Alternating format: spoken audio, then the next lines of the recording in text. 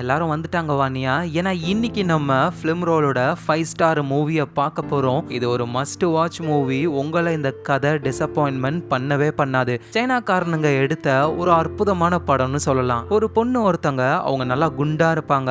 அவங்கனால அவங்க அம்மாவுக்கு எந்த ஒரு பெருமையும் கிடையாது. ஆனா ஒரு நாள் அந்த பொண்ணு டைம் டிராவல் பண்ணி பாஸ்டுக்கு போற ஒரு நிலைமை வருது. பிரசன்ட்ல தான் நம்ம அம்மாவுக்கு நம்ம எதுவும் பண்ணல, பாஸ்ட்ல நம்ம அம்மாவுக்கு நம்ம நல்லது பண்ணலாம் அப்படின்னு சொல்லி இந்த பொண்ணு என்னென்ன பண்றாங்க, அவங்களுடைய அலப்பறைகள் தான் முழு கதையே. ஸோ உண்மையா கதை வேற லெவல்ல இருக்கும். நீங்க பார்த்துக்கிட்டு இருக்கிறது ஃபிலிம் ரோல். ஞாபகமா உங்க ஃபிலிம் ரோலை சப்ஸ்கிரைப் பண்ணி உங்க சப்போர்ட்டை கொடுங்க. ஸோ இன்னைக்கு நம்ம 2021 வருஷத்துல ரிலீஸ் ஆன ஹாய் மாம்ன்ற ஒரு சைனீஸ் எமோஷனல் டிராமா மூவி படத்தை தான் பார்க்க போறோம். கதையோட ஆரம்பத்துல ஒரு ஹாஸ்பிட்டல்ல குழந்தைகள் பிறந்த உடனேயுமே அவங்களோட வெயிட் எல்லாம் செக் பண்ணுவாங்கல்ல, அப்படி ஒரு குழந்தையோடைய வெயிட்டை செக் பண்றாங்க. அந்த குழந்தைய எடுத்துட்டு அடுத்த குழந்தைய வைக்கிறாங்க. பார்த்தா அந்த குழந்தை நல்லா குண்டா இருக்கு. 4.9 கிலோ பிறக்கும் பொழுதே அந்த குழந்தை. இந்த குழந்தையோடைய பேரு தான் ஜியா. நார்மலா ஒரு குழந்தைங்க வளரும் பொழுது முதல்ல ஒன்னு அம்மான்னு சொல்லும், இல்ல அப்பான்னு சொல்லும். ஆனா ஜியா முதல்ல சொன்னது அம்மா இன்னும் கொஞ்சம் சோறு போடு. இதுதான் நம்ம ஜியா. ஸ்கூல் படிக்கும் போது கூட மத்த பசங்களை விடவே ஜியா ரொம்ப வித்தியாசமானவ. பேண்ட்லயே ஆய் போயிட்டு அப்படியே அழுதுகிட்டே வர எல்லாருமே சிரிப்பாங்க. அம்மாவால மத்தவங்க முன்னாடி முகத்தை கூட காட்ட முடியாது. அடிக்கடி ஜியா கீழே விழுந்து பேண்ட் எல்லாம் கிழிஞ்சு போயிடும். அதனால ஜியாவுடைய அம்மா என்ன பண்ணுவாங்கன்னா கிழிஞ்ச இடத்த தைப்பாங்க. ஜியா சின்ன புள்ளன்றதுனால பொம்மை மாதிரியே டிசைனா அப்பதான் தைக்கவே கத்துக்கிறாங்க. அதுவும் ஒரு பேண்டா 2 பேண்டா எவ்வளவு பேண்ட் பாத்தீங்களா, ஃபுல்லா அம்மா தச்சி அவங்க கையே வலிக்கும். சரி ஜியா படிப்புல சூப்பர்னு பார்த்தா அதுவும் கிடையாது. கிளாஸுக்கு வெளியவே தான் அந்த அம்மா நிப்பாங்க. ஜியாவுடைய அம்மா டீச்சர் கிட்ட வந்து பேசி ஒவ்வொரு தடவையும் எக்ஸ்கியூஸ் கேட்பாங்க. எலிமெண்டரி ஸ்கூல்ல இருந்து ஜியா ஹை ஸ்கூல் படிக்கிற வரைக்குமே நல்ல ரேங்க்ஸ் எடுக்காம வெளியவே தான் நிப்பாங்க. ஜியாவுடைய அம்மா தான் வந்து ஒவ்வொரு தடவையும் டீச்சரை பார்ப்பாங்க. ஜியா நல்லா வளர்ந்துட்டா. ஜியாவுடைய அம்மாவுக்கும் நல்ல வயசாயிடுச்சு. நீ எப்பதாண்டி என்ன பெருமைப்படுத்த போற அப்படின்னு கேட்க ஜியா அப்படியே சோகமா ஒன்னும் பேசாம இருக்காங்க. ஏன்னா ஜியாவுக்கும் ஏதாவது பண்ணணும்னு ஆசைதான், ஆனா ஒன்னும் வரலையே, என்ன பண்றது. ஆனா ஒரு நாள் ஹை ஸ்கூல் முடிஞ்சு ஒரு பெரிய காலேஜ்ல ஜியாவுக்கு சீட் கிடைச்சிருக்கு. அத சந்தோஷமா ஜியாவுடைய அம்மா அப்பாலாம் கொண்டாட ஆரம்பிக்கிறாங்க. ஆனா ஒரு நிமிஷம் இருங்க, ஜியாவுக்கு தான் படிக்கவே வராது, எப்படி அவ்வளவு பெரிய காலேஜ்ல சீட் கிடைச்சிருக்கும். அதுலயும் ஒரு ட்விஸ்ட் இருக்கு. என்னன்னா இந்த ஜியா ஒரு பெரிய காலேஜ்ல சீட் கிடைச்ச மாதிரியே ஃபேக்கா ஒரு டாக்குமெண்ட்டை ரெடி பண்ணி அதை தான் அம்மா கிட்ட கொடுத்துருக்காங்களே. அதுல சைன்லாம் போட்டிருப்பான் ஒரு பையன். மொத்தம் 2 டாக்குமெண்ட் இருக்கு. ஒன்னு வந்து கொஞ்சம் மொக்கையா இருக்கு, இன்னொன்னு வந்து பக்காவா இருக்கு. அதுல வந்து சைன் போட்டிருப்பாரு இந்த பையன். சைன் பார்க்க ஒரு பெரிய ப்ரொஃபசர் போட்ட சைன் மாதிரி இல்ல. இந்த அம்மா ஜியா வந்து அப்படி மேல கிறுக்கி விட, பாரு இப்ப ப்ரொஃபஷனலா இருக்கு, இப்ப நம்புவாங்க எல்லாரும் அப்படின்னு சொல்லி போய் கொடுக்குறாங்க. ஸோ அதே மாதிரி ஜியாவுடைய அம்மாவும் எல்லாருக்கிட்டையும் காட்டுறாங்க, என் பொண்ணுக்கு பெரிய காலேஜில் சீட் கிடைச்சிருக்கு அப்படின்னு. எல்லாரும் ஜாலியாக அவங்க டைமை ஸ்பெண்ட் பண்ண ஆரம்பிக்கிறாங்க. ஸோ அப்போதான் அந்த இடத்துக்கு நம்ம ஜியாவுடைய அம்மாவோட ஃப்ரெண்டு, நம்ம வந்து அவங்கள சீன் பார்ட்டின்னு கூப்பிடலாம், அவங்க வராங்க. ஜியாவுடைய அம்மாவும் போயிட்டு வெல்கம் பண்ண ஆரம்பிக்கிறாங்க. நம்ம ஜியாவுக்கு பக்கத்தில் ஒரு ஆன்ட்டி இருக்காங்க. அவங்க கிட்ட ஜியாவும், என்ன ஆன்ட்டி அம்மா போயிட்டு வெல்கம் பண்றாங்க, நீங்க போகவே இல்லை. ஜியா அவ சரியான சீன் பார்ட்டி, நல்லா பாரு, தண்ணி குடிக்கிற மாதிரியே சீன் போடுறா பாரு. ஏன்னா கையில தங்க வாட்ச் கட்டியிருக்காலாம், அதை காட்டுறதுக்கு தண்ணி குடிக்குது, சீன் பார்ட்டி அப்படின்னு சொல்றாங்க. ஒரு பெரிய பணக்காரரை வந்து அந்த சீன் பார்ட்டி கல்யாணம் பண்ணதுனால தான் அந்த அம்மா அப்படியே செம்ம ஜாலியா இருக்காங்க. அவங்களும் வந்து பார்ட்டியில கலந்துக்கிறாங்க. அந்த சீன் பார்ட்டி வந்து அவங்களோட பெருமையை தான் சொல்றாங்களே, அந்த காலத்துல டிவி வாங்குறது எவ்வளவு கஷ்டம், நம்ம குரூப்லயே நான் தானே முதல்ல டிவி வாங்கினேன், வாலிபால் மேட்ச் ஒன்று நடந்தது, அதுல ஜெயிச்சதும் நான் தானே அப்படின்னு பெருமை பேசிக்கிட்டு இருக்காங்க. இங்க நம்ம ஜியா பக்கத்துல இருக்கிற ஆன்ட்டியும், ஏ ஜியா அன்னைக்கு மட்டும் வாலிபால் மேட்ச்ல நானும் உங்க அம்மாவும் கலந்து இருந்து ஜெயிச்சிருந்தோம்னு வச்சுக்கியேன், உங்க அம்மாவோட லைஃபே டோட்டலா மாறி இருக்கும், என்ன பண்றது, நாங்க தான் அதுல கலந்துக்கவே இல்லையே அப்படின்ற மாதிரி பேசிக்கிட்டு இருக்காங்க. அந்த சீன் பார்ட்டியும், என்னோட பொண்ணு அமெரிக்கால படிக்க போறா, அதுவும் பிலிம் டைரக்ஷனுக்கு, நாளைக்கு ஹாலிவுட்ல பெரிய படம் டைரக்ட் பண்ண போறா, பெரிய ஆளாக போறா அப்படின்ற மாதிரி சீன் போட, ஜியாவுடைய அம்மாவும் என்னோட பொண்ணுக்கும் பெரிய காலேஜ்ல சீட் கிடைச்சிருக்கு, அவளும் பெரிய ஆள் ஆயிடுவா அப்படின்னு பேசிக்கிட்டு இருக்கும்போது இந்த ஆன்ட்டி இருக்காங்கல்ல, அவங்க ஒரு ரெட் கலர் என்வலப், அதுல வந்து காசு தான் இருக்கு. ஆல்ரெடி அவங்க காசு கொடுத்திருப்பாங்க. ஆனா இப்ப என்ன சொல்றாங்கன்னா, மத்தவங்க மாதிரி நான் சும்மா ஒன்னும் வரல, ஜியா காலேஜுக்கு போக போறா, அவளுக்காக நான் இன்னொரு தடவை இந்த காசை தரேன்னு சொல்லி கொடுக்குறாங்க. ஆனா ஜியாவும் ஜியாவுடைய அம்மாவும், இல்ல ஆல்ரெடி காசு கொடுத்துட்டு எதுக்கு இதெல்லாம் வேணாம் அப்படின்னு சொல்ல, அதெல்லாம் கேட்காம ஆன்ட்டி ஜியாவுடைய பேக்குள்ள அந்த காசை வைக்க, ஜியாவுடைய அம்மாவும் வந்து அந்த பேக்ல இருந்து காசை எடுப்பாங்கன்னு பார்த்தா அதுல ஆல்ரெடி ஒரு ஃபேக் அட்மிஷன் இருக்குல்ல, அதை எடுத்து வெளியே தூக்கி போட்டுறாங்க. அவ்வளவுதான், எல்லாருமே அதை அதை பாக்குறாங்க. ஜியா பண்ண ஃப்ராடு தனம் தெரிஞ்சிருச்சு. ஸோ ஜியாவும் ஜியாவுடைய அம்மா மட்டும் அப்படியே வாக் பண்ணி போறாங்க. ஜியாவும், அம்மா உங்களை நான் பெருமைப்படுத்தணும்னு நினைச்சதாம்மா இதெல்லாம் பண்ணனே, ஆனா எனக்கு தெரியுமா நான் ஒரு லூசர், எதுக்குமே லாயக்கே இல்ல, நான் என்ன பண்றதுன்னு எனக்கு தெரியலம்மா அப்படின்னு சொல்லி கஷ்டப்பட, அம்மாவும் யார் சொன்னது உன்னை லூசர் அப்படின்னு, கண்டிப்பா ஒரு நாள் நீயும் ஜெயிப்ப அப்படின்னு சொல்ல ஜியாவும் சந்தோஷப்படுறாங்க. ஸோ அதுக்கப்புறம் அம்மாவும் ஜியாவும் அப்படியே சைக்கிள்ல போய்கிட்டே இருக்காங்க. அம்மா நீ ஒன்றும் கவலைப்படாதம்மா, கண்டிப்பா நான் பெரிய ஆள் ஆவேன், உன்னை பெருமைப்படுத்துவேன், நிறைய காசு சம்பாதிக்கும் பொழுது உனக்கு கோல்டு நெக்லஸ்லாம் வாங்கி தருவேன், அப்புறம் காரு கண்டிப்பா நம்ம வாங்கலாமா, துபாரு அங்க ஒரு கார் இருக்கே அதே மாதிரி கார் வாங்கலாம் அப்படின்னு சொல்ல, அம்மாவும் அந்த காரை பார்த்துட்டே அப்படியே சைக்கிள் ஓட்டும் பொழுது ஒரு ட்ரக்கு வந்து மோதி அந்த இடத்துல ஆக்சிடென்ட் ஆகுது. அவங்க வந்த சைக்கிள் அப்படியே உடைஞ்சு போயிருக்கு. ஆனா நல்ல வேளையா ஜியாவுக்கு எதுவும் ஆகல. ஆனா ஜியாவோட அம்மா தான் உயிருக்கு போராடிக்கிட்டு இருக்காங்க. பக்கத்துல ஜியாவும் ரொம்ப கஷ்டப்பட்டு அலறாங்க. அம்மா ப்ளீஸ் என்னை விட்டு போயிடாதம்மா, நான் உன்னை பெருமைப்படுத்தணும்னு நினைக்கிறேன், இப்ப நீ என்னை விட்டு போயிட்டனா உனக்காக என்னால எதுவும் பண்ண முடியாதுமா, நான் உனக்கு ஏதாவது பண்ணணும்னு நினைக்கிறேன், அம்மா ப்ளீஸ்மா கண்ணை தரமா அப்படின்னு சொல்லி இவங்க ரொம்ப கஷ்டப்படுறாங்க. கடவுளே நான் இதுக்கு மேல என்ன பண்ணுவேன், என் அம்மாவை நான் பெருமைப்படுத்தணுமே அப்படின்னு சொல்லி அவங்க அழும் பொழுது டக்குன்னு அந்த இடமே அப்படியே பிரைட்னஸ் அதிகமாக ஆரம்பிக்குது. சடனா ஜியா கண்ணு முன்னாடி அவங்க அம்மா காணோம். ஜியாவும் எழுந்து அந்த ஹாஸ்பிட்டல்ல சுத்தி பார்க்கும் பொழுது ஒரு டிவி ஒன்னு ஓடுது. 1981 நடந்த ஏதோ ஒரு விஷயம் அதுல ஓடுது. அத ஜியா பார்த்த உடனே டக்குன்னு அந்த டிவிக்குள்ள புகுந்துடுறாங்க. அப்படியே வானத்துல இருந்து கீழே குதிக்க ஆரம்பிக்கிறாங்க. ஜியாவுக்கு எதுவும் புரியல. மரண பயத்துல அந்த அம்மா கீழே தொம்முன்னு விழ, அதுவும் ரோட்ல போய்கிட்டு இருந்த ஒரு லேடி மேலேயே அவங்க விழுந்துட்டாங்க. அந்த லேடி கூட இருந்தவங்க எல்லாம் திடீர்னு இந்த பொண்ணு எப்படி மேல இருந்து குதிச்சா அப்படின்னு சொல்லி அந்த லேடியை தூக்கிட்டு ஹாஸ்பிட்டலுக்கு போறாங்க. ஜியாவையும் கூட்டிட்டு போனோம், ஆனா யாரையும் காணோம். பாவம் ஒருத்தர் ஜியாவை அப்படியே உப்பு மூட்டை தூக்கிட்டு ஆளு போறாரு. ஜியாவும் மெதுவா கண்ணை முழிச்சு பாக்குறாங்க. பிளாக் அண்ட் ஒயிட்ல இருக்கிற இடம் எல்லாமே அப்படியே கலர்ஃபுல்லா மாறுது. அதோட இது நம்ம வாழ்ந்த காலகட்டம் மாதிரி இல்லையே, 1981 மாதிரியே இருக்கே அப்படின்னு புரிஞ்சுக்கிறாங்க. எஸ் உண்மைதான், நம்ம ஜியா டைம் டிராவல் பண்ணி பாஸ்டுக்கு 1981க்கு வந்திருக்காங்க. அந்த பர்சனும் நம்ம ஜியாவை அப்படியே தூக்கிக்கிட்டே ஹாஸ்பிட்டலுக்கு போறாரு. இந்த இடத்துல தான் அந்த கதையுடைய டைட்டிலையும் போடுறாங்க, ஹாய் மாம். சோ நம்ம ஜியா ஹாஸ்பிட்டல்ல இருக்காங்க. பக்கத்துல ஜியாவை தூக்கிட்டு வந்தவரும் இருக்காரு. அவர் ஒரு பேப்பரை காமிச்சு, இங்க பாரு நீ ஒரு பொண்ணு மேல விழுந்திருக்க, அதோட உன்னை தூக்கிட்டு நான் 10 கிலோமீட்டர் வந்திருக்கேன் தெரியுமா. உடனே ஜியாவும், எது 10 கிலோமீட்டரா, நான் வர வழியெல்லாம் பார்த்துக்கிட்டு தானே வந்தேன், 10 கிலோமீட்டர்லாம் இல்ல, ஒரு 2-3 கிலோமீட்டர் தான் இருக்கும். அடி பாவி, எது பார்த்துக்கிட்டு வந்தியா, அப்ப கீழே இறங்கிருக்க வேண்டியதானே, உன்னை தூக்கி தூக்கி என் முதுகே வலிக்குது தெரியுமா. சரி அது இருக்கட்டும், இது என்ன வருஷம், எல்லாமே புதுசா இருக்கு அப்படின்னு சொல்லி கேட்க, அங்க கேலண்டர்ல 1981ன்னு போட்டிருக்கு. நம்ம ஜியாவும், என்னது 1981, நம்ம பிறக்க கூட இல்லையே இந்த வருஷத்துல. அதோட இப்ப நம்ம ஜியா கூட பேசிக்கிட்டு இருக்கிற அந்த பர்சன் வேற யாரும் இல்ல, ஜியாவுடைய அங்கிள் தான். ஆனா அவரு செம்ம கடுப்புல இருக்காரு. ஒரு பொண்ணு மேல நீ குதிச்சிருக்க, என் முதுகு மேலையும் சவாரி பண்ணி என் முதுகையும் உடைச்சிருக்க, ஒழுங்கா வா போலீஸ் ஸ்டேஷனுக்கு அப்படின்னு சொல்ல, அப்பதான் ஒரு குரல் நிறுத்துங்க அப்படின்னு. யாரா அப்படின்னு திரும்பி பார்த்தா லீ அப்படின்ற ஒரு பொண்ணு. நம்ம ஜியா வந்து இவங்க மேலதான் விழுந்திருப்பாங்களே, இவங்களுக்கு நல்ல வேலை ஒன்னும் ஆகல. ஜியா அந்த லீய நல்லா ஒத்து பார்க்கும்போது தான் அது வேற யாரும் கிடையாது, நம்ம அம்மா அப்படின்னு சொல்லி புரிஞ்சுக்கிறாங்க. அப்படியே சோகமா பக்கத்துல போயிட்டு, அம்மா நான் தாமா உங்க பொண்ணு அப்படின்னு சொல்ல அங்கிள் தடுக்கிறாரு. ஏ லீ, இந்த பொண்ணு லூசு மாதிரியே பேசிக்கிட்டு இருக்கு. இல்ல அம்மா, நான் சொல்றது உங்களுக்கு புரியாதுன்னு நினைக்கிறேன், நான் 2001ல இருந்து டைம் டிராவல் பண்ணி பாஸ்டுக்கு வந்திருக்கமா அப்படின்னு சொல்ல, அங்கிளும் கன்ஃபார்ம் இவளை மென்டல் ஹாஸ்பிட்டல்ல தான் சேர்க்கணும், வா ஒழுங்கா போலாம் அப்படின்னு சொல்லி இழுக்கும் பொழுதுதான் உடனே ஜியாவுடைய அம்மாவும், ஒரு நிமிஷம், அந்த பொண்ணை நான் எங்கேயோ பார்த்த மாதிரியே இருக்கு, நீ என்னோட கசின் தானே, ஆன்ட்டியோட முகம் அப்படியே இருக்கே உனக்குன்னு சொல்ல, ஜியாவும் நம்ம இங்க இருக்கிறதுக்கு இதுதான் வழி அப்படின்னு சொல்லி, ஆமா ஆமா நான் உங்க கசின் தான் அப்படின்னு சொல்லி அம்மா கூட அவங்க பேச ஆரம்பிக்கிறாங்க. ஆனா அங்கிளுக்கு தான் டவுட். இங்க பாரு, நீ கசின் அப்படின்னா என்னுடைய செல்ல பேர் என்ன சொல்லு பார்க்கலாம் அப்படின்னு கேட்க, இவரு அங்கிள் தானே, ஜியாவுக்கு எல்லாமே தெரியும்ல, ஜியா கரெக்டா சொல்ல, சோ அங்கிளும் நம்ப ஆரம்பிக்கிறாரு இது கசின் தான் அப்படின்னு சொல்லி. சோ அப்பதான் அந்த இடத்துக்கு வேகமா ஒரு லேடி ஒருத்தவங்க வராங்க. இவங்க தான் நம்ம ஜியாவுடைய ஆன்ட்டி. அத காசு கொடுக்கறன்ற பேர்ல மாட்ட வச்சுட்டாங்களே அவங்க.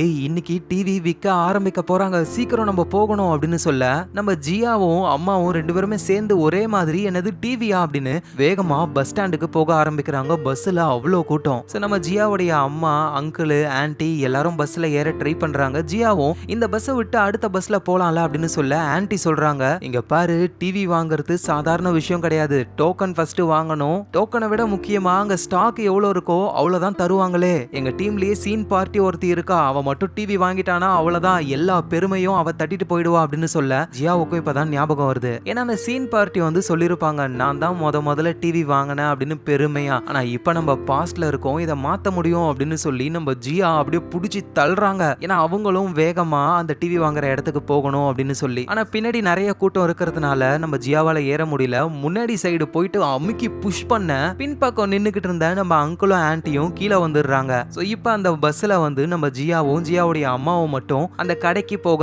ஆரம்பிக்கிறாங்க. அதே கடையில தான் அந்த சீன் பார்ட்டியும் இருக்காங்க. டிவி வாங்குறதுக்கு அவ்வளோ கூட்டம். ஜியாவுடைய அம்மாவும் அந்த சீன் பார்ட்டியும் லைன்ல பக்கத்துல நிக்கிறாங்க. இன்னும் சொல்ல போனா பக்கத்தை விட ஒரே மாதிரி நிக்கிறாங்க. நான் தான் முன்னாடி, இல்ல நான் தான் முன்னாடின்னு சண்டை போட்டுக்கிட்டு இருக்காங்க. அப்படியே லைன் போகுது. கடைசியா ஒரே ஒரு டிவி மட்டும் தான் இருக்கு. நம்ம ஜியாவுடைய அம்மாவும் எனக்கு வேணும்னு கேக்குறாங்க, அந்த சீன் பார்ட்டியும் வேணும்னு கேக்குறாங்க. கடைக்காரங்களுக்கு யாருக்கு கொடுக்கறதுன்னு தெரியல. யாராவது ஒருத்தர் வாங்கிட்டு அடுத்த வாரம் இன்னும் ஸ்டாக் வரும், அப்ப வாங்கிக்க வேண்டியதுதானே அப்படின்னு சொல்ல, இல்ல முடியாது, எனக்கு தான் வேணும்னு ரெண்டு பேருமே போட்டி போட்டுக்கிட்டு இருக்காங்க. சோ அப்பதான் நம்ம ஜியா வராங்க. கண்ணு தெரியாத ஒரு லேடி மாதிரி.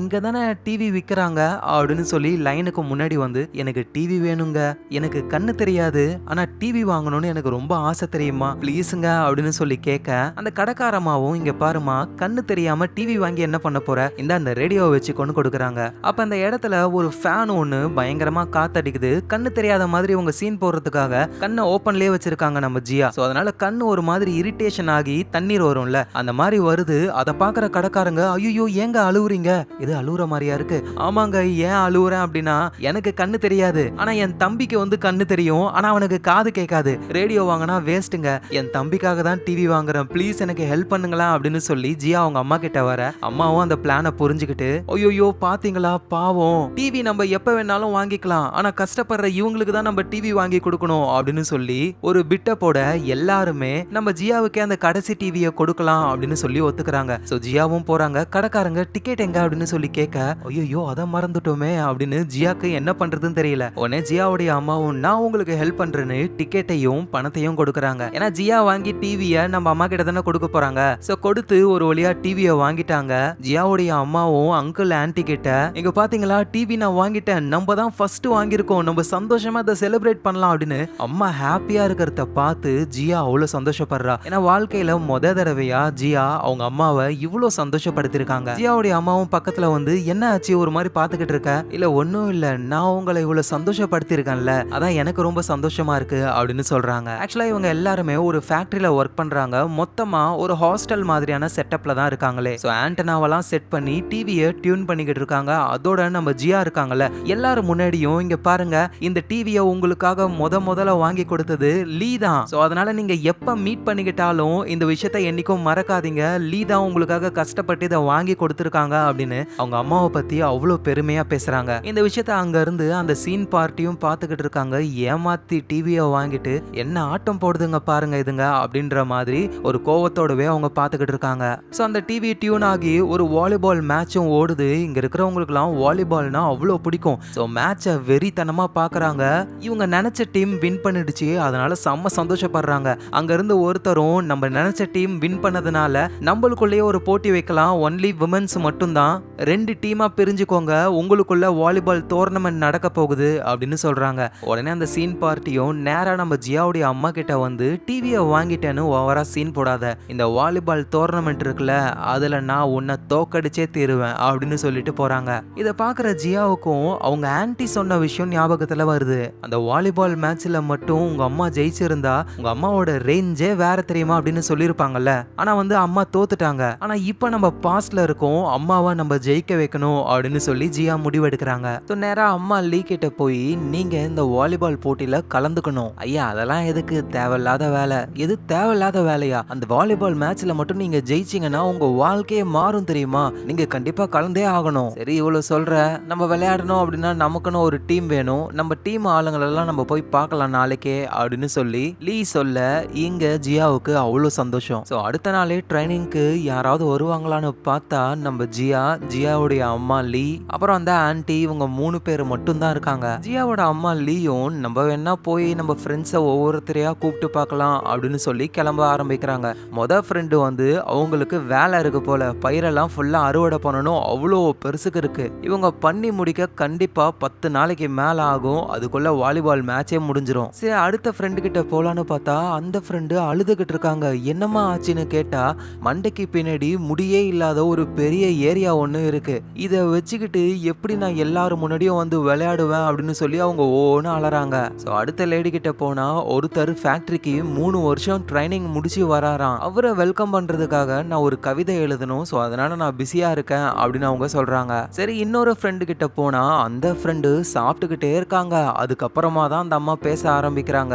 எங்க அப்பாலாம் பழைய பொருளெல்லாம் கொண்டு வந்து வித்து அதை வச்சுதான் பணம் சம்பாதிக்கிறாரு. ஆனா அந்த பொருளை வச்சு நான் ஒரு பிசினஸ் ஆரம்பிக்க போறேன். இந்த ரிங்கு தூக்கி போடுவாங்கல்ல, கரெக்டா அந்த பொருள் மேல பட்டா அந்த பொருளை ஜெயிப்பாங்களே, அந்த பிசினஸ் நான் ஆரம்பிக்கணும், அது செமையா போகணும், அப்பதான் என்னால வர முடியும் அப்படின்னு இவங்க சொல்றாங்க. இப்படின்னு எல்லாரும் ஒவ்வொரு காரணம் சொல்றாங்க. என்ன பண்றதுன்னே தெரியல நம்ம ஜியாவுக்கு. ஜியாவோட அம்மா அப்புறம் ஆன்டிக்கு 3 பேரும் நின்னுகிட்டு யோசிக்கிட்டு இருக்காங்க. அப்பதான் மாஸ் என்ட்ரியோட ஒரு 3 பேர் வராங்க. அவங்க தான் இந்த ஊருடைய டானா. அந்த சீன் பார்ட்டி இருக்காங்கல்ல, அவங்க தான் இந்த டானுங்க கிட்ட கோத்து விட்டாங்க. என்னம்மா டிவி வாங்குற இடத்துல ஏமாத்தி டிவியை வாங்கிட்டீங்களாமே, அது எவ்வளவு பெரிய தப்பு அப்படின்ற மாதிரி ஆளு டான் மாதிரி பேச ட்ரை பண்றாராம். ஆனா அவரு கூட இருக்கிறது 2 முட்டா பீஸுங்க தான். அதுலயும் ஒருத்தர் கோவத்தை காட்டுறான் அப்படின்னு மரத்தை எட்டி உதைக்க அவர் காலு உடைஞ்சு போகுது. இந்த டானு அதுக்கு மேல இங்க பாருங்க, ஒழுங்கா அந்த டிவியை கொடுத்துருங்க, நான் 5 எண்ணுவேன் அப்படின்னு சொல்லி குதிரையோட அந்த தர்பூசணி பழம்லாம் இருக்கிற ஒரு வண்டி ஒண்ணு இருக்கு, அதுல போய் ஆளு உட்காந்துக்கிட்டு சிகரெட்டை புடிச்சு தூக்கி போடுறாரு.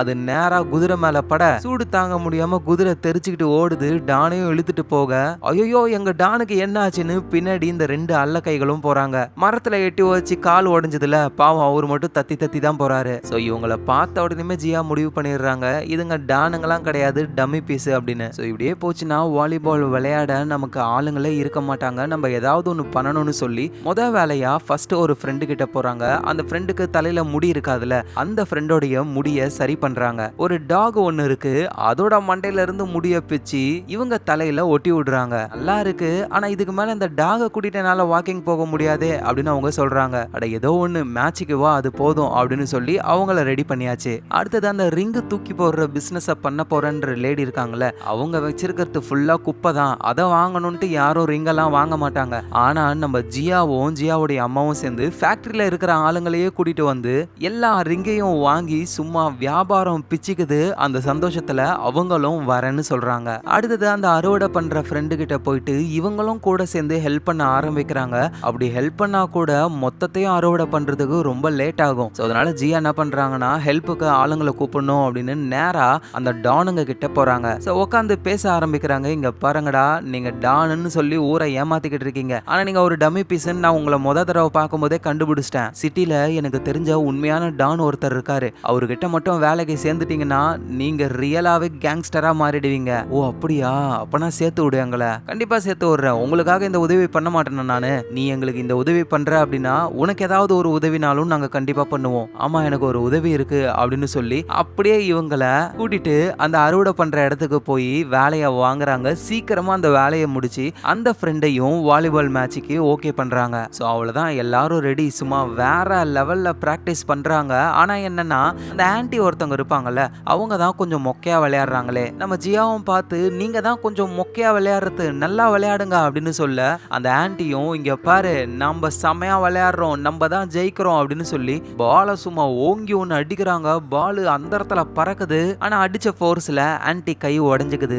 தம்ஸ் அப் பண்ண மாதிரியே மாவு கட்டு போட்டிருக்காங்க. அவ்வளவுதான், ஆன்டியால அந்த கேம்ல விளையாட முடியாது. இப்ப ஆளு குறையுதுல, அதனால ஜியாவை உள்ள இழுத்து போட்டுறாங்க. ஜியாவுக்கு வாலிபால்னா என்னன்னு கூட தெரியாது. ஸோ மேட்ச் ஸ்டார்ட் ஆக போகுது. நம்ம ஜியாவோட அம்மா கிட்ட தான் பால் இருக்கு, அவங்க தான் சர்வ் பண்ண போறாங்கன்னு பார்த்தா டக்குன்னு ஜியா கிட்ட கொடுத்து நீ தான் ஃபர்ஸ்ட் சர்வ் பண்ணணும் அப்படின்னு சொல்லிட்டு அவங்க போயிடுறாங்க. எது நானா, ஐயோ எப்படி பண்றதுன்னு கூட தெரியாதே அப்படின்னு பாலை மேல போட்டு சும்மா ஓங்கி அடிக்கிறாங்க. அந்த பால் நேரா ஒரு லேடியோடைய தலையில நாய் முடிய ஒட்ட வச்சாங்கல்ல, அதுல பட்டு அந்த பொண்ணுடைய மண்டை தெரியுது. அதை பார்த்து எல்லாரும் சிரிக்க ஆரம்பிக்கிறாங்களா. அப்படியே தலைய புடிச்சுக்கிட்டு அந்த லேடி அங்க இருந்து ஓடி போயிடுறாங்க. இவங்க ஓடி போனதுனால ஜியாவுடைய டீம்ல இருக்கிறவங்க எல்லாம் ஐயோ இதுக்கு மேல நம்மளாலாம் விளையாட முடியாது, ஒரு ஆள் இருந்தாலே ஜெயிக்கிறது கஷ்டம், இதுல ஒருத்தி வேற போயிட்டா நம்பலாம் முடியாதுப்பா அப்படின்னு சொல்லி உட்காந்துடுறாங்க. ஆனா ஜியாவுடைய அம்மா என்ன சொல்றாங்கன்னா, ஜியா நீ ஓடி போனவளை போய் பாரு, அவளை சீக்கிரமா கூட்டிட்டு வர ட்ரை பண்ணு, நான் இவங்க கிட்ட பேசுறேன் அப்படின்னு சொல்லி ஜியாவுடைய அம்மா இவங்க கிட்ட பேச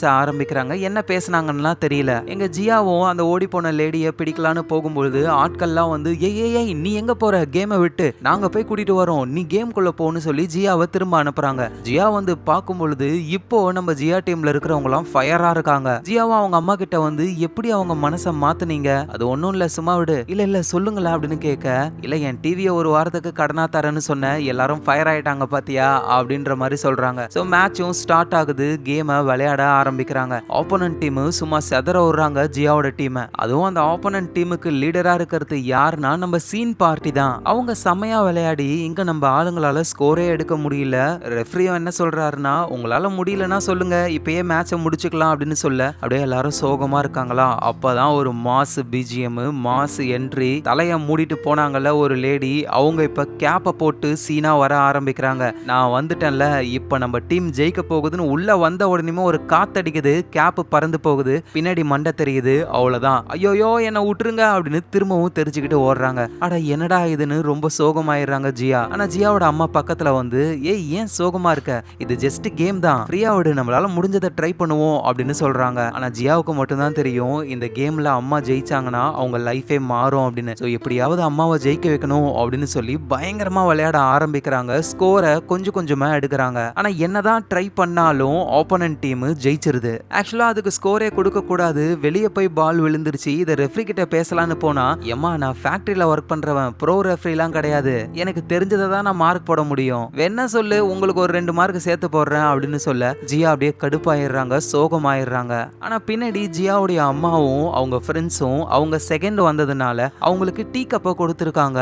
அதை வாங்கின சந்தோஷத்துல அப்படியே ஜாலியா இருக்காங்க. ஜியாவுக்கு புரியல, தோத்துட்டாங்க, 2வது இடம், டீ கப் தான் கொடுத்துருக்காங்க, எதுக்காக அம்மாவும் அவங்க ஃப்ரெண்ட்ஸும் அவ்வளவு சந்தோஷப்படுறாங்க அப்படின்னு இவங்களுக்கு புரியாம பக்கத்துல போக, ஜியாவுடைய அம்மாவும், இங்க பாரு நாங்க இந்த கேமே விளையாடணும்னு நினைக்கவே இல்லை, ஆனா நீ தான் கூப்பிட்ட, எல்லாரையும் ஒன்னு சேர்த்த, ஒன்னாலதான் நாங்க விளையாண்டோம், இப்ப பாரு எங்களுக்கு டீ கப் பரிசா கிடைச்சிருக்கு, ரொம்ப ரொம்ப சந்தோஷமா இருக்கு தெரியுமா அப்படின்னு சொல்றாங்க. சரி ஃபர்ஸ்ட் பிரைஸ் வாங்கின அந்த சீன் பார்ட்டிக்கெல்லாம் என்ன கொடுக்குறாங்கன்னு பார்த்தா ஃபிளாஷ் லைட்டா கொடுக்குறாங்க. இத ஜியாவும் பார்த்துட்டு, எது ஃபிளாஷ் லைட்டா, அப்படியே பக்கத்துல திரும்பி ஆன்ட்டிய பார்த்து, நீ தானே சொன்ன இதுல மட்டும் ஜெயிச்சிருந்தா லைஃபே மாறுன்னு, ஏன் ஃபிளாஷ் லைட்டை வச்சு லைஃபை மாத்த முடியுமா? இந்த ஆன்ட்டி ஃபியூச்சர்ல சொல்லிருப்பாங்க, இப்ப இருக்கிற ஆன்ட்டிக்கு எதுவும் தெரியாதுல்ல, நான் எப்ப சொன்னேன், சரி சரி விடுங்க இப்படின்னு அவங்க பேசிக்கிட்டு இருக்கும்போது நம்ம ஜியாவோட அம்மா வந்து இந்த வாலிபால்ல சூப்பரா விளையாண்டதுனால அவங்கள பார்க்கணும்னு இந்த ஃபேக்டரியோடைய ஓனரோட பையன், அந்த பணக்காரரு, அவரு கூப்பிட்டுருக்காராம். நம்ம ஜியாவும் ஒருவேளை அதுதான் நம்ம அப்பாவோ அப்படின்னு சொல்லி ஓடி போய் பாக்குறாங்க. அது ஜியாவோட அப்பாலாம் கிடையாது, அது பணக்காரரு. ஃபியூச்சர்ல இவரு தான் அந்த சீன் பார்ட்டிய மேரேஜ் பண்ணுவாரு, சீன் பார்ட்டியும் நல்லா சொகுசா வாழ்வாங்க. ஆனா இந்த பணக்காரருக்கு முதல்ல நம்ம ஜியாவுடைய அம்மா மேலதான் கண்ணு. இப்ப கூட கூப்பிட்டு பாராட்டெல்லாம் செய்யறாரு, நைட்டு விளையாண்ட எல்லாருக்கும் டின்னர் தரேன் அப்படின்னு சொல்லியிருக்காரு. சோ நம்ம ஜியாவும் ஆன்ட்டி கூட உட்காந்து பேசிக்கிட்டு இருக்கும்போது அப்போ ஒருத்தர் ஓடி வந்து, டின்னர் கேன்சல் ஆயிடுச்சு, அந்த பணக்காரருடைய அம்மாவுக்கு பெரிய ப்ராப்ளமா ஹாஸ்பிட்டல் இருக்காங்கன்னு சொல்ல வேகமா இவங்க ஓடி போய் பார்க்கும் பொழுது பணக்காரருடைய அப்பா திட்டிக்கிட்டு இருக்காரு, உங்க அம்மாவுக்கு இப்படி ஆனதுக்கு காரணம் நீ தான்டா, நீ மட்டும் இல்லனா உன் அம்மாவுக்கு இப்படிலாம் ஆயிருக்காது அப்படின்னு சொல்லி பயங்கரமா திட்டுறாரு. சோ அப்படியே சோகமா அந்த பணக்காரர் வரும் பொழுது நம்ம ஜியாவும் போயிட்டு, நீங்க ஒன்னும் கவலைப்படாதீங்க, உங்க அம்மாவுக்கு ஒன்னும் ஆகாது, நானும் அதுக்கு தான் ஆசைப்படுறேன், ஒருவேளை நான் இவங்களுக்கு பிறக்காம இருந்திருந்தேனா என் அம்மாவுக்கு இந்த நிலைமை வந்திருக்காதுல்ல, நான் எதுக்கு தேவையில்லாம இவங்களுக்கு பிறக்கணும், தொந்தரவு கொடுக்கணும், இப்ப நினைக்கிறேன் நான் என் அம்மாவுக்கு பிறக்காமையே இருந்திருக்கலாமோ, அவங்க நிம்மதியா இருந்திருப்பாங்களோன்னு தோணுது அப்படின்னு இவரு சொல்றாரு. இதை கேட்ட உடனேயுமே ஜியாவுக்கும் இதே தான் தோணுது, நம்ம அம்மாவுக்கு பிறந்ததுனாலதான் நம்ம அம்மா வாழ்க்கை இவ்வளவு கஷ்டமா இருந்தது, அம்மாவுக்கு ஆக்சிடென்ட் ஆனதுக்கு காரணம் நம்ம தான், நம்ம ஒரு பொண்ணா அம்மாவுக்கு எந்த ஒரு பெருமையும் தேடி தரவே இல்லை, ஆனா இதுவே அம்மா அந்த பணக்காரரை மேரேஜ் பண்ணாங்கன்னா அவங்க நல்ல சொகுசான வாழ்க்கைய வாழ்வாங்க, நிம்மதியா இருப்பாங்கல்ல அப்படின்னு சொல்லி ஜியா பிளான் போடுறாங்க.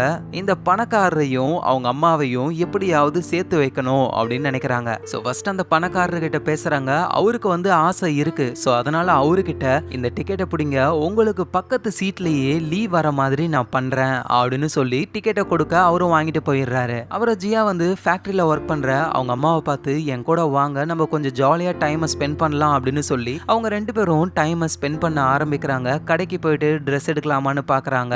முகத்துல வெள்ளரிக்காலாம் வச்சுக்கிட்டு ஃபேஷியல் பண்றாங்களாமா. அந்த வெள்ளரிக்காவை நம்ம ஜியா தூக்கி போடலான்னு பார்த்தா அம்மா வந்து, ஏய் ஏன் அதெல்லாம் வேஸ்ட் பண்ற அப்படின்னு சொல்லி வாங்கி வச்சுக்கிறாங்க. அப்புறம் ஷூ கடைக்கு போறாங்க, ஷூ சின்னதா இருக்கு, ஜியா கால்ல மாற்றேன் அப்படின்ற பேர்ல ஷூவையே பெருசாக்கி வச்சுட்டாங்க. கடைக்காரங்க பார்த்து வாயை பொளக்குறாங்க. அப்புறம் ஜியாவுக்கு அம்மா சாப்பாடு போடுறாங்க, மேல ஃபுல்லா வெள்ளரிக்காவா இருக்கு, என் மூஞ்சில இருந்து எடுத்து வேஸ்ட் பண்ணக்கூடாதுன்னு எனக்கே அதை சாப்பாடா போடுறியான்னு ஜியாவோட ரியாக்ஷன் இருக்கு. சோ அதுக்கப்புறமா நைட் டைம்ல அம்மா கூட சேர்ந்து ஜியா தியேட்டருக்கு போற மாதிரி போறாங்க. அப்ப அந்த இடத்துக்கு அந்த டான் வராரு. ஐயோ ஜியா ஒரு முக்கியமான விஷயம், சீக்கிரம் வா ஜியா, நம்ம போலாம். ஐயோ லீ, என்னால உங்க கூட படத்துக்கு வர முடியாது, இந்தாங்க டிக்கெட் வச்சுக்கோங்க, நீங்க போய் பாருங்க அப்படின்னு சொல்லி பிளான் பண்ணி ஜியா அவங்க அம்மாவை உள்ள அனுப்பிவிட, ஆனா அந்த தியேட்டர் ரொம்ப வித்தியாசமான தியேட்டர் போல. ஏன்னா 6ஆம் நம்பருக்கு அப்புறம் 7 வராம 8 வந்திருக்கு. ஜியாவும் அந்த பணக்காரரும் தள்ளி தள்ளி தான் உட்கார்றாங்க. சோ அவங்களுக்குள்ள எந்த ஒரு இன்டராக்ஷனுமே நடக்கவே இல்ல. ஆனா இங்க வெளிய மழை பெய்யுது. நம்ம டானுக்கும் நம்ம ஜியாவுக்கும் இடையில ஒரு கனெக்ஷன் ஒர்க் அவுட் ஆகுற மாதிரி ஆகுது. அப்புறம் ஷோ முடிஞ்சு எல்லாரும் வெளியே வராங்க. பணக்காரர் கிட்ட நம்ம ஜியா போய் கேட்கும் பொழுது எல்லாம் சொதப்பிக்குச்சு, இதெல்லாம் ஒரு தியேட்டர்னு புக் பண்றியே, சீட்டே மாறி மாறி இருக்கு, அவ எங்கேயோ உட்காந்துக்கிட்டு இருந்தா, நான் எங்கேயோ உட்காந்துக்கிட்டு இருந்தேன். ஓ அப்படியா, சரி ஓகே, இந்த பிளான் சொதப்பிக்குச்சு, அடுத்தது போட்டிங் போலாம் எல்லாரும் அப்படின்னு சொல்லி பிளான் பண்ணி போட்டிங் போக ஆரம்பிக்கிறாங்க. ஜியாவோட அம்மா லீயும் அந்த பணக்காரரும் ஒரு போட்ல இருக்காங்க. நம்ம ஜியாவும் அந்த டானும் ஒரு போட்ல இருக்காங்க. டானுடைய அந்த 2 அல்ல கைகளும் அவங்க தனியா ஒரு போட்ல வராங்க. சோ எல்லாமே நல்லா போகுது. ரொமான்டிக்கா பேசுறதுக்கு இதுதான் சரியான டைம். ஆனா போட்ல வர்றதுக்கு முன்னாடி அந்த பணக்காரரு என்னத்த தின்னு தொலைஞ்சாருன்னு தெரியல, அர்ஜென்ட்டா அவருக்கு மூச்சா வருது, ஒழுங்கா பேசவே முடியல. நல்லா போட்டு ஓட்டுங்க லீ, அப்படியே கரைக்கு போனா நல்லா இருக்கும் அப்படின்ற மாதிரி ஆளுக்கு முட்டிக்கின்னு நிக்குது. இங்க நம்ம டானு ஜியாவை கரெக்ட் பண்ண ட்ரை பண்றாரு. இந்த கூல் ட்ரிங்க்ஸை அப்படியே அழகா நான் ஓபன் பண்ணுவேன் தெரியுமான்னு ஓபன் பண்ண முடியாம கஷ்டப்படுறாரு. ஆனா ஜியா புடுங்கி அவங்க பல்லாலேயே கடிச்சு ஓபன் பண்றாங்க. இந்த பக்கம் அந்த 2 அல்ல கைகளும் அங்க பாடுறா, அங்க ஒரு ஜோடி இருக்காங்க, இங்க நம்ம டானும் ஜோடியா இருக்காரு. ஆனா நான் கேவலம் மலை குரங்கு உன் கூட இருக்கல அப்படின்னு 2 பேரும் சண்டை போட்டுக்கிறாங்க. இங்க அந்த பணக்காரருக்கு முட்டிக்கிட்டு தெரிச்சுக்கிட்டு வெளியே வந்துரும் போல. அதை சமாளிக்கணும்ன்றதுக்காக ஆளு போட்ல இருந்து தண்ணிக்குள்ள குதிச்சிடுறாரு. இதனால தண்ணியோட அவரு ஐக்கியம் ஆயிடுறாராமா. சோ இந்த பிளானும் சொதப்பிக்குச்சு. எப்படியாவது அம்மாவையும் அந்த பணக்காரரையும் சேர்த்து வைக்கணும் அப்படின்னு அந்த பணக்காரர்கிட்ட போயிட்டு நம்ம ஜியா என்ன சொல்றாங்கன்னா, உங்களுடைய டேலண்ட்டை காட்டுங்க, ஒரு டேலண்ட் ஷோ வரப்போகுதுல, அதுல நீங்க எல்லாரும் முன்னாடியும் செமையா காமெடி பண்ணணும், லீ விழுந்து விழுந்து சிரிக்கணும், உங்க மேல இம்ப்ரெஸ் ஆயிடுவாங்க, அதுக்கப்புறம் லவ் ஸ்டார்ட் ஆயிடும். என்ன சொல்றீங்க? எனக்கு வராத ஒரு சப்ஜெக்ட் தான் காமெடி, ஆனா இருந்தாலும் நான் ட்ரை பண்றேன் அப்படின்னு சொல்லி அவரு வேலையை ஸ்டார்ட் பண்றாரு. அந்த டேலண்ட் ஷோவுக்கு வந்துட்டு வரமாட்டேன் அப்படின்னு சொன்ன நம்ம ஜியாவுடைய அம்மாவை ஜியா வற்புறுத்தி இந்த ஷோ நல்லா இருக்கும் வாங்கன்னு சொல்லி கூட்டிட்டு போயிட்டு உட்கார வைக்கிறாங்க. ஆனா ஜியா வந்து பேக் ஸ்டேஜ்ல தான் இருக்காங்க. சோ அந்த பணக்காரரை பார்த்து, யோ உன் டேலண்ட்டை காட்டியா, எல்லாரும் சிரிக்கணும் அப்படின்னு சொல்ல, அவரும் ஆய் போயிட்டு கழுவாம நடப்பாங்கல்ல அந்த மாதிரி அப்படியே சுத்தி நடந்து காட்டுறாரு. ஆனா யாரும் சிரிக்கிற மாதிரியே இல்ல, அப்படியே கம்முன்னு இருக்காங்க. சரி வேற ஏதாவது பண்ணணுமே அப்படின்னு திரும்பவும் கழுவாத மாதிரியே நடந்து போய் கீழே விழுந்து சீன் போடுறாரு. ஆனா எல்லாரும் ஐயோ என்ன ஆச்சு தான் பாக்குறாங்களே தவிர சிரிக்கவே மாட்றாங்க. சரி ஓகே, என் பார்ட்னர் கூட நான் டான்ஸ் ஆடுறேன் அப்படின்னு சொல்லி அவங்க பார்ட்னரை கூப்பிடுறாரு. ஆனா அந்த பார்ட்னரா வர வேண்டிய பொண்ணு வரமாட்டேன்னு சொன்னதுனால நம்ம ஜியாவே பார்ட்னரா வராங்க. இதை பார்த்த உடனே அந்த பணக்காரரு, ஐயோ எம்மா ஆல்ரெடி நான் அவமானப்பட்டுட்டேன், உன் கூட சேர்ந்து இன்னும் அவமானப்பட விரும்பல, என்ன விடு அப்படின்னு அவர் கிளம்பும் பொழுது, யோயோ காரியத்தை கெடுத்துறாதையா அப்படின்னு சொல்லி பேண்ட பிடிக்கிறாங்க. அது கையோட வந்துருது. ஆளு உள்ள ரெட் கலர் டவுசர் போட்டிருக்காரு. இத பார்த்து சிரிக்கிறாங்க எல்லாரும். அடி பாவி, உன்னால என் மானம் போச்சு அப்படின்னு சொல்லி திரும்பி பார்க்கும்போதுதான் ஜியாவுடைய அம்மா ரொம்ப சந்தோஷமா சிரிக்கிறாங்க. ஆஹா ஒர்க் அவுட் ஆகுதே அப்படின்னு சொல்லி ஜியா கூட சேர்ந்து அந்த பணக்காரரு பர்ஃபார்ம் பண்றாரு. அப்படியே காமெடியா டான்ஸ் எல்லாம் ஆடுறாங்க. அதை பார்த்து எல்லாருமே ரொம்ப என்ஜாய் பண்றாங்க. முக்கியமா நம்ம ஜியாவுடைய அம்மா அவ்வளவு சந்தோஷப்படுறாங்க. சோ ஃபங்க்ஷன்லாம் முடிஞ்சு ஜியா அவங்க அம்மா கூட ஒரு ரெஸ்டாரண்ட்ல அப்படியே குடிச்சுக்கிட்டே பேசிக்கிட்டு இருக்கும்போது, நான் உங்ககிட்ட ஒரு விஷயம் சொல்லட்டுமா லீ, என் கூட பர்ஃபார்ம் பண்ணாருல அந்த பணக்காரரு, அவரை தான் நீங்க மேரேஜ் பண்ணுவீங்களே. எப்படி சொல்ற? ஏன்னா எனக்கு ஜோசியம் தெரியும். ஓ அப்படியா, எங்க சொல்லு பார்க்கலாம். அது வந்து நீங்க அந்த பணக்காரரை மேரேஜ் பண்ணுவீங்க, ரொம்ப சந்தோஷமான வாழ்க்கைய வாழ்வீங்க, உங்களுக்கு ஒல்லியா அழகா ஒரு பெண் குழந்தை பிறக்கும், அந்த பொண்ணு ஸ்கூல்ல ஃபர்ஸ்ட் ரேங்க் எடுப்பா, பெரிய காலேஜ் அமெரிக்கால சீட்டு கிடைச்சி பிலிம் டைரக்டர் ஆவா அப்படின்னு அந்த சீன் பார்ட்டியோடைய லைஃப்ல என்னென்ன நடந்ததோ அது இவங்க அம்மாவுக்கு நடக்கிற மாதிரி சொல்றாங்க. ஏன்னா இந்த பணக்காரரை கல்யாணம் பண்ணா இவங்களுக்கு அதானே நடக்கும். ஜியாவுக்கு அவங்க அம்மாவோட லைஃப் மாறணும், அதுதான் ரொம்ப ரொம்ப ஆசையே. சோ நீங்க மட்டும் அவரை கல்யாணம் பண்ணீங்கன்னா உங்களுக்கு பிறக்க போற குழந்தை வந்து ரொம்ப நல்ல பிள்ளையா பிறக்கும் அப்படின்னு சொல்ல, உடனே ஜியாவுடைய அம்மாவும், இங்க பாரு, பிறக்கிற குழந்தை நல்ல பிள்ளையா பிறக்குதோ கெட்ட பிள்ளையா பிறக்குதோ, எனக்கு என் குழந்தை ஆரோக்கியமா சந்தோஷமா இருக்கணும், அதுதான் ஆசை. உடனே ஜியாவும், அப்படியா, என்ன பாருங்க, நான் ஹெல்த்தியா இருக்கேன், சந்தோஷமா இருக்கேன், ஆனா என்னால ஒரு யூஸ் கூட கிடையாது, என் அம்மாவுக்கு நான் கஷ்டம் மட்டும் தான் கொடுத்துருக்கேன், நான் அவங்கள ஒரு இடத்துல கூட பெருமைப்படுத்தவே இல்லை, சின்ன வயசுல இருந்து இப்ப வரைக்கும் என் அம்மா என்னால அவமானம் மட்டும் தான் பட்டுக்கிட்டு இருக்காங்களே, என்னோட ஆசை என் அம்மாவோட லைஃப் மாறணும், அதுதான். அதோட இன்னொரு ஆசை என்னன்னா,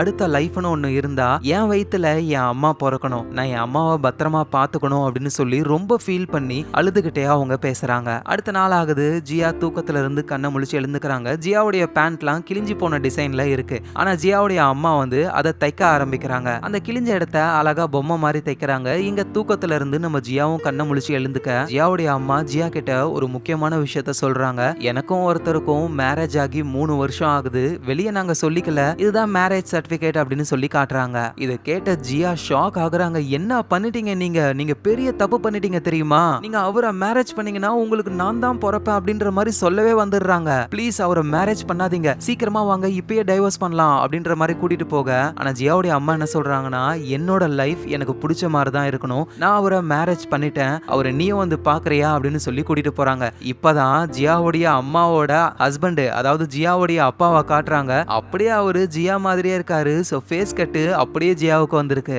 அப்பாவை பார்த்த உடனே ஜியாவுக்கு அவ்வளவு சந்தோஷம். 3 பேருமே ஒன்னா உட்காந்து பேசிக்கிட்டு இருக்காங்க. ஜியாவோட அப்பா அவரோட ஒய்ஃப் கிட்ட, இங்க பாரு, நமக்கு பெண் குழந்தை பிறந்ததுன்னா ஜியான் தான் பேர் வைக்கணும். உடனே ஜியாவும், உங்களுக்கு பெண் குழந்தை பிறக்கணும்னு ஆசையா இல்ல ஆண் குழந்தையா அப்படின்னு கேட்க, ஆண் குழந்தை தான். ஏன் இப்படி சொல்றீங்க? இல்ல ஆண் குழந்தை பிறந்தா என் ஒய்ஃபோட முகஜாடையில பிறக்கும், அழகா இருப்பான் அந்த பையன். ஆனா இதுவே பெண் குழந்தை பிறந்து அது ஏன் முகஜாடையில பிறந்துச்சுன்னா அது கொஞ்சம் ஒரு மாதிரி இருக்கும்ல, அதான். உடனே ஜியாவும், முகஜாடையை விடுங்க, அந்த குழந்தை நீங்க சொல்றதெல்லாம் கேட்காம ஒழுங்கா படிக்காம உங்களுக்கு கஷ்டத்தை மட்டுமே கொடுக்கற மாதிரி இருந்தா அப்ப என்ன பண்ணுவீங்க அப்படின்னு சொல்லி கேட்க, அப்ப ஜியாவுடைய அம்மா சொல்றாங்க, என் குழந்தை எங்களுக்கு என்ன கொடுத்தாலும் பரவாயில்ல, அவ சந்தோஷமா அவ ஹாப்பியா இருக்கணும், அதுதான் எனக்கு வேணும், அவ சந்தோஷத்தை தாண்டி வேற எதுவுமே எனக்கு தேவையில்லை, நான் எவ்வளவு கஷ்டப்பட்டாலும் பரவாயில்ல அப்படின்னு சொல்ல ஜியாவுடைய மனசே ஒரு மாதிரி ஆகுது. சரி சரி ஓகே, நாங்க எங்களுக்கு கல்யாணம் ஆன விஷயத்தை எல்லாருக்கிட்டையும் சொல்லணும் அப்படின்னு சொல்லி சைக்கிள்ல அவங்க 2 பேரும் அங்க இருந்து போறாங்க. ஜியாவும் நம்ம அம்மா அப்பா நம்மள எவ்வளவு லவ் பண்றாங்க அப்படின்ற விஷயத்தை புரிஞ்சுக்கிட்டு அப்படியே மனசே கொஞ்சம் நிம்மதியாகுது. சோ என்னதான் நம்ம பாஸ்டுக்கு வந்தாலும் நம்மளால பாஸ்ட மாத்த முடியாது அப்படின்னு புரிஞ்சுக்கிட்டு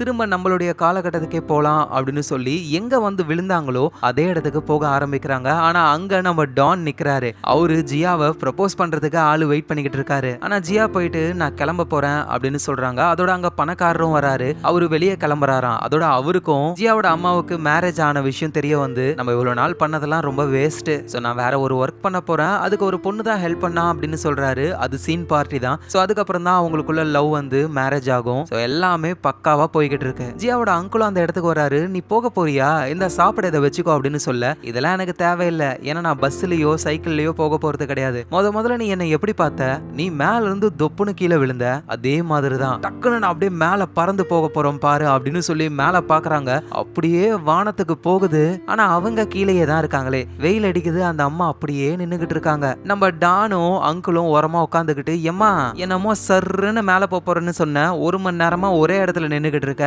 வந்து இங்க வந்து உட்காரு அப்படின்னு சொல்ல, என்னது இது, நேரத்துக்கு நான் போயிருக்கணுமே, ஏன் நான் போவே இல்லை அப்படின்னு சொல்லி டானு கிட்டையும் அங்கிள் கிட்டையும் பக்கத்துல போய் உட்காந்துக்கிறாங்க. சரி சரி நீ போகும்போது போ, இந்தா சாப்பிடு அப்படின்னு சொல்லி சாப்பிட கொடுக்குறாங்க. அப்பதான் நம்ம ஜியாவுடைய பேண்ட்ல ஜியாவுடைய அம்மா போட்டிருப்பாங்களே எம்ப்ராய்டு மாதிரி, அதை பாக்குறாங்க. இதை யார் பண்ணி கொடுத்தது?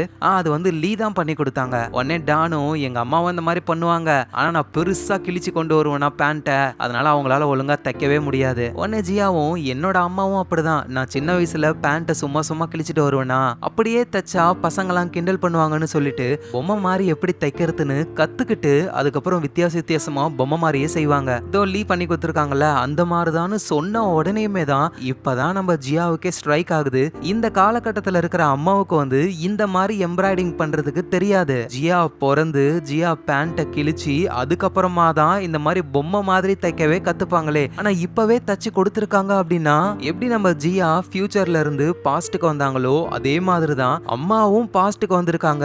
இவ்வளவு நேரம் நம்ம கூட இருந்தது பாஸ்ட் அம்மா கிடையாது, ஃபியூச்சர் அம்மா தான் இருந்திருக்காங்க அப்படின்னு புரிஞ்சுக்கிட்டு, ஏன்னா அதனாலதான் அந்த மாதிரி எம்ப்ராய்டிங் பண்ணிருக்காங்களே. சோ ஜியாவால தாங்கிக்க முடியல, அம்மா அப்படின்னு கத்திக்கிட்டே அழுதுகிட்டே ரோட்ல ஓடுறாங்க. ஆக்சுவலா என்ன ஆகிருக்குன்னா, ஆக்சிடென்ட் ஆகி அம்மா ஹாஸ்பிட்டல்ல இருக்கும் பொழுது நம்ம ஜியா அழுதுருப்பாங்கல்ல, அம்மா என்னை விட்டு போயிடாதம்மா, உனக்காக நான் எதுவுமே பண்ணவே இல்லம்மா அப்படின்னு சொல்லி அழுதுருப்பாங்கல்ல. அப்ப நம்ம ஜியாவுடைய அம்மாவுடைய மனசும் தாங்கவே இல்லை, நம்ம பொண்ணு இவ்வளோ ஒரு கில்ட்ல இருக்கக்கூடாது அப்படின்னு சொல்லி நினைக்கிறாங்க. சோ இந்த நேரத்துல தான் கடவுளோட சக்தியோ இல்ல அம்மாவுடைய பாசமோ இவங்களை அப்படியே பாஸ்டுக்கு கொண்டு வந்திருக்கு.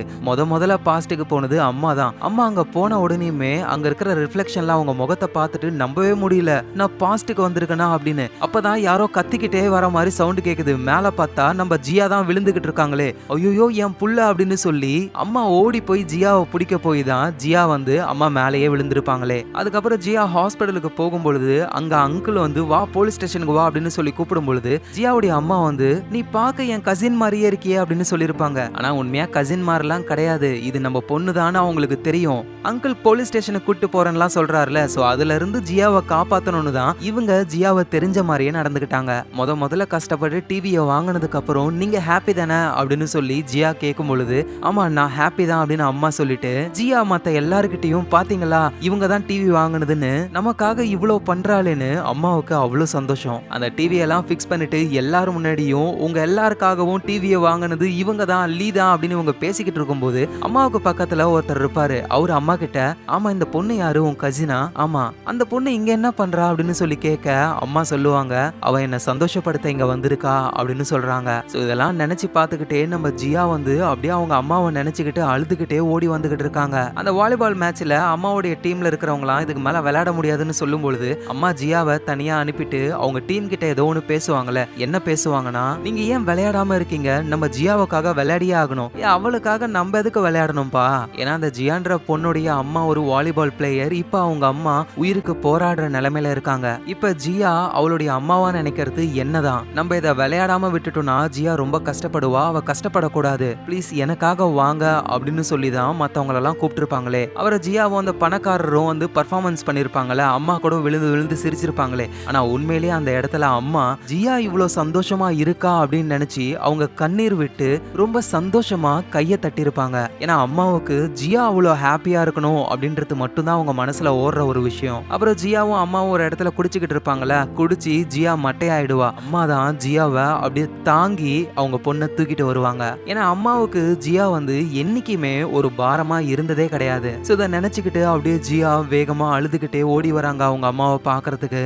அப்ப திடீர்னு ஜியா கீழே விழ பாஸ்ட்ல நடந்த ஒரு விஷயம் ஞாபகத்துக்கு வருது. ஜியா சின்ன வயசுல பேண்ட்லயே ஆய் போயிடுவாங்கல்ல, அதை பார்த்து ஜியாவுடைய அம்மாவும் சிரிப்பாங்க. குட்டி பொண்ணா இருக்கிற ஜியா நீங்க ஒரு கெட்ட அம்மா அப்படின்னு சொல்லுவாங்க. ஆனா அதே ஜியாவோட அம்மா தான் நம்ம ஜியாவை கிளீன் பண்ணி விட்டு, இங்க பாரு பேண்ட்ல ஆய் போறதுலாம் வந்துட்டு சாதாரணமான ஒரு விஷயம், மத்தவங்க உன்னை பார்த்து சிரிக்கிறாங்கன்னா சிரிச்சுட்டு போட்டோம், நம்ம வேலையை பார்க்கலாம், நமக்கு நம்ம சந்தோஷம் தான் முக்கியம் அப்படின்னு சொல்ல இதை நினைச்சு பாக்குற ஜியாவும் அப்படியே கஷ்டப்படுறாங்க. சின்ன வயசுல ஜியா எது வேணும் அப்படின்னு கேட்டாலும் ஜியாவுடைய அம்மா காசு செலவானாலும் பரவாயில்லன்னு ஜியாவுக்காக வாங்கி கொடுப்பாங்க. ஜியாவுடைய அம்மா வந்து காசுக்கே ரொம்ப கஷ்டப்படுறவங்க தான். பனி பெய்யற டைம் ஜியாவை ஸ்கூலுக்கு அனுப்புறாங்க, சாப்பாடு எல்லாம் கொடுக்கறாங்க. அம்மா ரொம்ப பனி பெய்யுது, நீ பஸ்ல போமா அப்படின்னு இவங்க சொல்லுவாங்க. அம்மாவும் போயிட்டு டிக்கெட் எடுத்து பஸ்ல ஏறுவாங்க. ஆனா ஜியாவோட பஸ் அங்க இருந்து போனதுக்கு அப்புறம் அந்த டிக்கெட்டுக்கு ரீஃபண்ட வாங்கிட்டு அம்மா நடந்து தான் போவாங்களே. ஏன்னா இப்படி மிச்சம் பண்ற காசை வச்சுதான் ஜியாவுக்கு அவங்க மத்த பொருளை வாங்கறதா இருக்கட்டும், இல்ல குடும்பத்தை ஓட்டுறதா இருக்கட்டும், இப்படி கஷ்டப்பட்டு தான் அவங்க பண்றாங்களே. சோ இதெல்லாம் நினைச்சு பாக்குற நம்ம ஜியாவுக்கு அப்படியே அழுகையா வருது. நம்ம அம்மாவை இவ்வளவு நாள் நம்ம புரிஞ்சுக்கலையா அப்படின்னு சொல்லி அவ்வளோ கஷ்டப்படுறாங்க. சோ வேகமா அவங்க அம்மா இருக்கிற இடத்துக்கு போறாங்க. அங்க ஜியாவுடைய அம்மாவும் இருக்காங்க. ரெண்டு பேருமே ஒருத்தர் பார்த்து அழ ஆரம்பிக்கிறாங்க. ஜியா அவங்க அம்மா மடியில சாஞ்சிக்கிட்டு, அம்மா ப்ளீஸ்மா என்னை விட்டு போயிடாதம்மா. ஆனா ஜியாவோட அம்மா எதுவும் பேசாம அவங்க அழுதுகிட்டே இருக்காங்க. ஏன்னா அவங்க வாழ்க்கை ஒரு முடிவுக்கு வந்துருச்சு. அவங்களுக்கு தேவையானதெல்லாம் ஜியா சந்தோஷமா இருக்கணும், ஒரு நல்ல லைஃபை வாழணும்ன்றது மட்டும்தான். ஸோ அப்படியே ஜியா அழுதுகிட்டே இருக்காங்க. அப்படியே கதை பிரசன்ட் டைமுக்கு வருது. ஜியாவுடைய அம்மா ஹாஸ்பிட்டல்ல இருக்காங்க. ஜியா பக்கத்துல உட்காந்து அழுதுகிட்டு இருக்காங்க. அப்படியே ஜியாவுடைய அம்மாவும் இறந்து போறாங்க. இப்ப ஜியாவுடைய மனசுல வந்து எந்த ஒரு கில்ட்டும் இல்லாததுனால அவங்க வாழ்க்கையில நல்லா முன்னேற ஆரம்பிக்கிறாங்க, பணம் சம்பாதிக்கிறாங்க, கார்லாம் வாங்கி ஜாலியா ஓட்டுறாங்க. அம்மா இல்லைனாலும் அம்மா கூடவே இருந்து டிராவல் பண்ற மாதிரி மனசுல ஒரு நிம்மதியான சந்தோஷத்தோட ஜியா அவங்க வாழ்க்கைய வாழ ஆரம்பிக்கிறாங்க. இந்த இடத்துலயே ஹாய் மாமன்ற இந்த படம் முடியுது. சோ நீங்களே சொல்லுங்க, இந்த கதை எப்படி இருந்தது? உண்மையிலேயே வேற லெவல்ல உங்க மனசுல என்ன தோணுதோ அதை கீழே கமெண்ட் பண்ணுங்க. அதோட இந்த மாதிரி கதைகளை உங்களுக்கு கொண்டு வந்து தர உங்க ஃபிலிம் ரோல ஞாபகமா சப்ஸ்கிரைப் பண்ணி உங்க சப்போர்ட்டையும் கொடுங்க. நாளைக்கு நம்ம வேற லெவல் மூவில பார்க்கலாம். Lots of love guys.